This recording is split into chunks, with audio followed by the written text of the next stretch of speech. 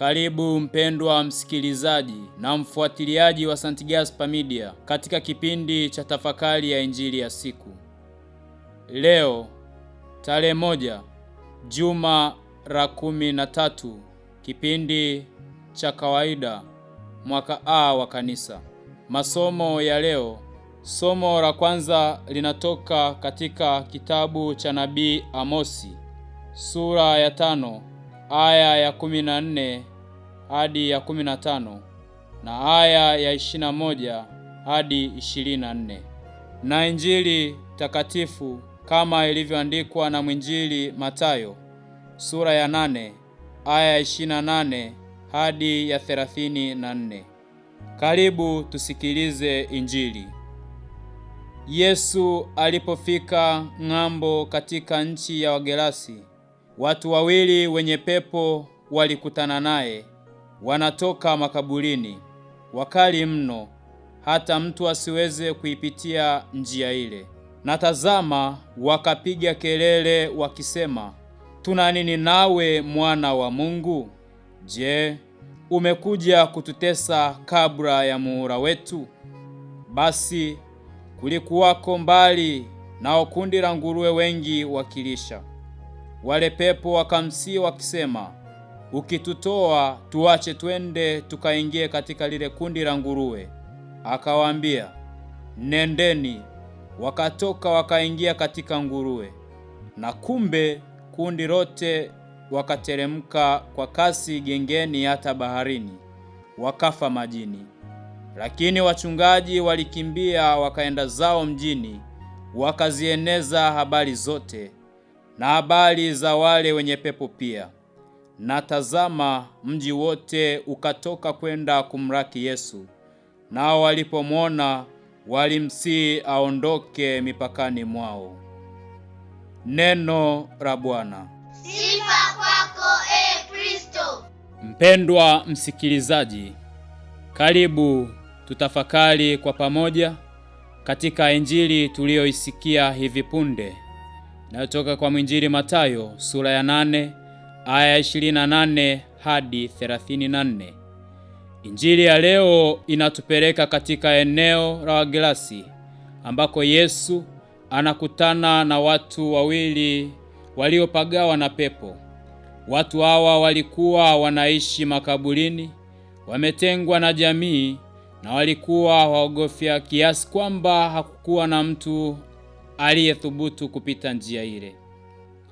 Makaburi yale yalikuwa ishara ya mauti, unyonge na utengano wa kijamii na kiroho. Lakini Yesu hakukwepa kwenda mahali pale penye hatari na unajisi.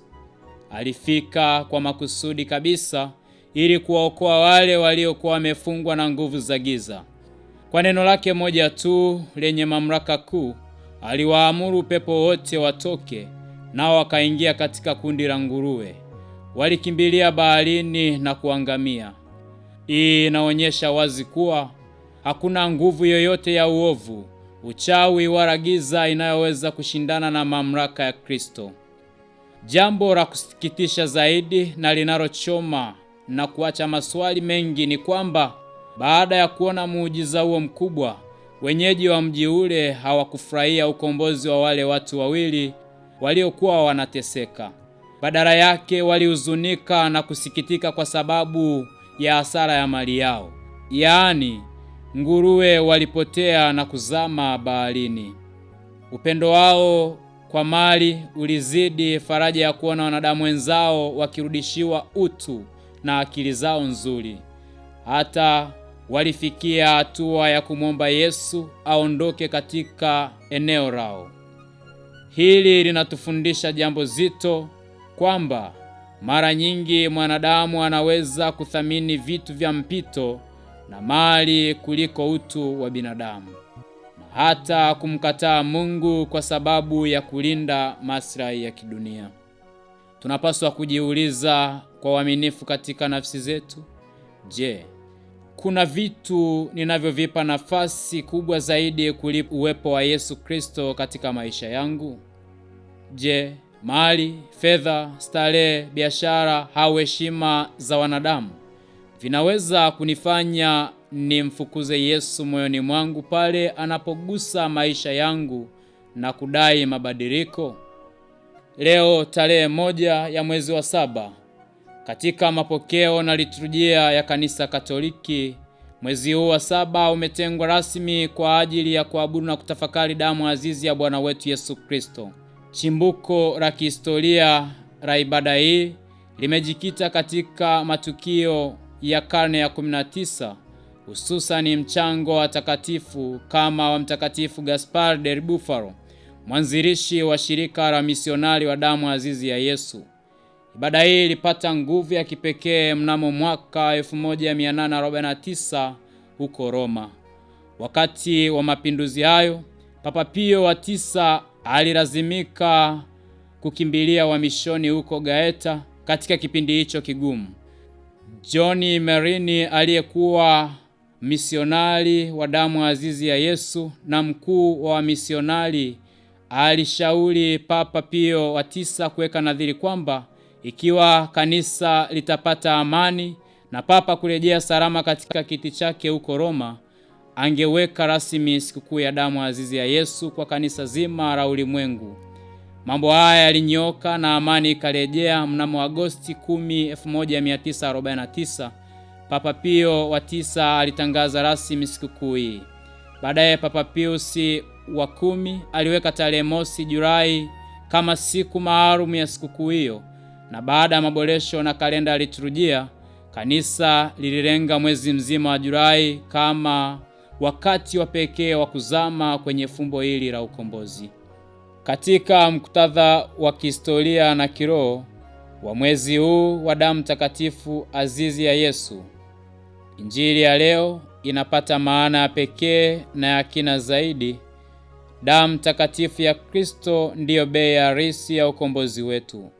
Kama vile Yesu alivyovuka bahari hadi nchi ya Grasi kuwakomboa waliopagawa, ndivyo anavyoshuka kutoka mbinguni na kumwaga damu yake msalabani ili kuvunja kabisa utumwa wa dhambi, shetani na mauti.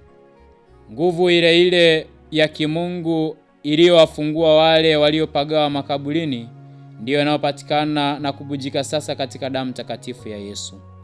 Tunapoheshimu damu azizi ya Yesu kwa imani thabiti kupitia sala, toba ya kweli na maisha ya kisakramenti, hasa kitubio na Ekaristi, tunamruhusu Kristo atondolee vifungo vyote vya ndani vya dhambi, chuki, wivu, tamaa mbaya na kila aina ya utumwa wa kiroho unaotuzuia kuwa huru.